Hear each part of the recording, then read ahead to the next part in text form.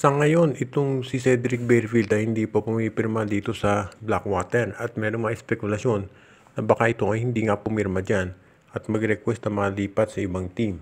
Kapag yan ay nangyari, maraming mga nakahanda dyan at nag-aabang kabilang na itong Magnolia Chicken Templados. Dahil itong Magnolia ay gustong makuha itong si Cedric Barefield. Ang tanong ay kung magagawa ba nila. Well, sa ngayon, nasa kamay siyempre yan ng Blackwater dahil yung rights ni Barefield ay nasa kanila. Pero kung sakasakali na ito si Barefield ay talagang ayaw pumirma dito sa Blackwater, susubukan nilang i-trade yan. Siyempre, una-una dito sa TNT Tropa. Pero mukhang lately parang nagkakalamat itong ugnayan ng Blackwater at TNT dahil nga doon sa lumalabas na report na itong Blackwater daw ini-entertain yung offer ng San Miguel na kunin si Barefield kapalit ni Terence Romeo. Pero ang Magnolia pwede pa rin pumasok sa picture dahil pwede nilang i-offer itong si Paul Lee para dito kay Cedric Barefield. So ibig sabihin, mamimili ang Blackwater, si Paul Lee o si Terence Romeo. So ibig sabihin, may chance ang Magnolia na makuha itong si Barefield. Kung makuha nila si Barefield, abay, para naka-jackpot si Coach Chito Victorero niyan. Alam naman natin kung ano ang kayang gawin ng nasabing player. So sa tingin ko, dapat subukan ng Magnolia. Wala namang mawawala sa kanila kung susubukan nilang makuha itong si Cedric Barefield. Kaya sa tingin ko, dyan magkakaroon ng magandang tsansa itong Magnolia Chicken Templados if ever makuha nila ang nabanggit na player. Kaya sa ngayon, standby muna tayo at titignan kung ano magagawin itong si Barefield dito sa Blackwater Bossing.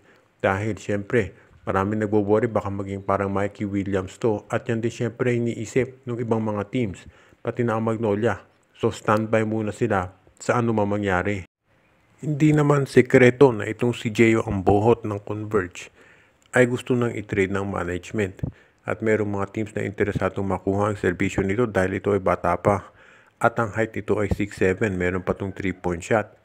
So titignan natin kung saan siya mapupunta.